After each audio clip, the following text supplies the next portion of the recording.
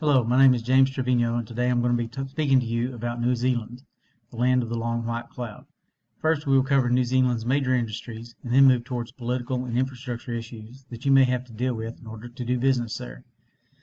The economy of New Zealand is the 53rd largest economy out of the 193 in the world, generating 174 billion in 2016, down slightly from the 200 billion in 2015. The four largest contributors to New Zealand's economy are agriculture, timber, manufacturing, and tourism. Agriculture is New Zealand's biggest industry. Overall, it generates 70% of New Zealand's export earnings and 12% of its gross domestic product. New Zealand is the world's largest exporter for dairy and sheep meat, which is evident as you drive past never-ending sheep and cow fields. After agriculture, forestry is New Zealand's next import industry. More than 27% of the country is covered by forest. That's 1.2 million hectares of production plantation forest and 6.2 million hectares of indigenous forest. As native trees are very slow growing, they're used for special purposes only. The planted forests of exotic pine are the major suppliers of New Zealand's timber. Pine grows rapidly here, producing a high amount of usable wood per tree. The fishing industry supplies more than 10,000 jobs in New Zealand. 287,000 tons of seafood was exported in 2016, accounting for $1.79 billion. In 2009, manufacturing was 12% of the country's GDP. The biggest employers of New Zealand's manufacturing workers are food and beverage and tobacco manufacturing at 30%, manufacturing and equipment manufacturing at 18%, metal product manufacturing at 12%, and printing, publishing, and recording media at 10%. Overall, manufacturing accounts for nearly 50% of New Zealand's exports. Tourism is a major part of New Zealand's economy also.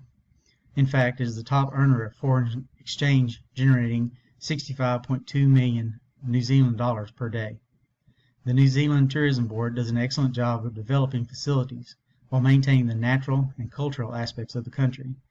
The majority of visitors flocking across from Australia. However, more and more visitors from North America, Japan, the UK, Europe, and Taiwan are discovering New Zealand. 1 out of 11 New Zealanders work in the tourism industry.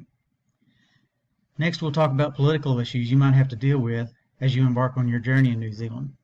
Housing is one of the country's main issues, with prices soaring almost 78% in the last 5 years.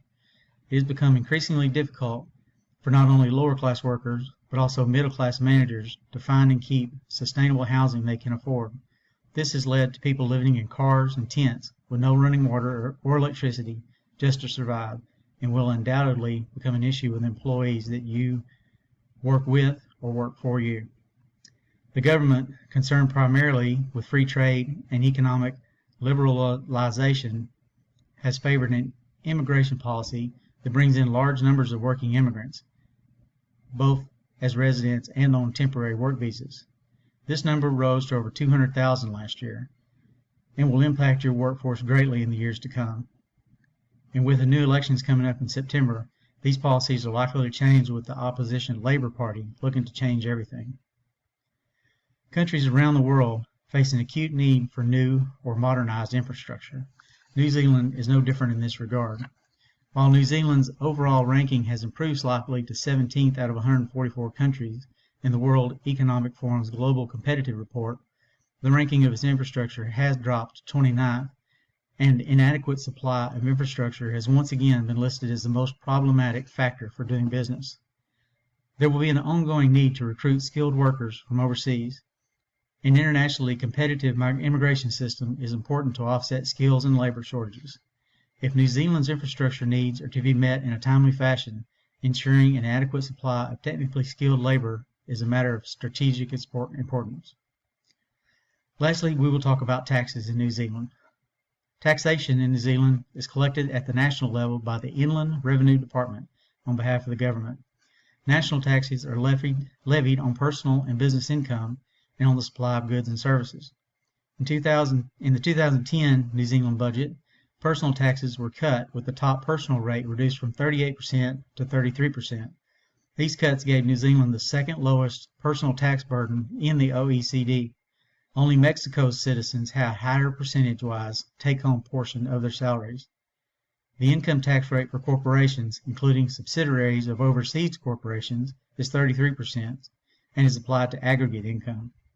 Compared to the U.S. at 39.1%, this could be a very lucrative advantage to companies to move offshore and send someone like you to New Zealand. Thank you for listening, and feel free to ask questions.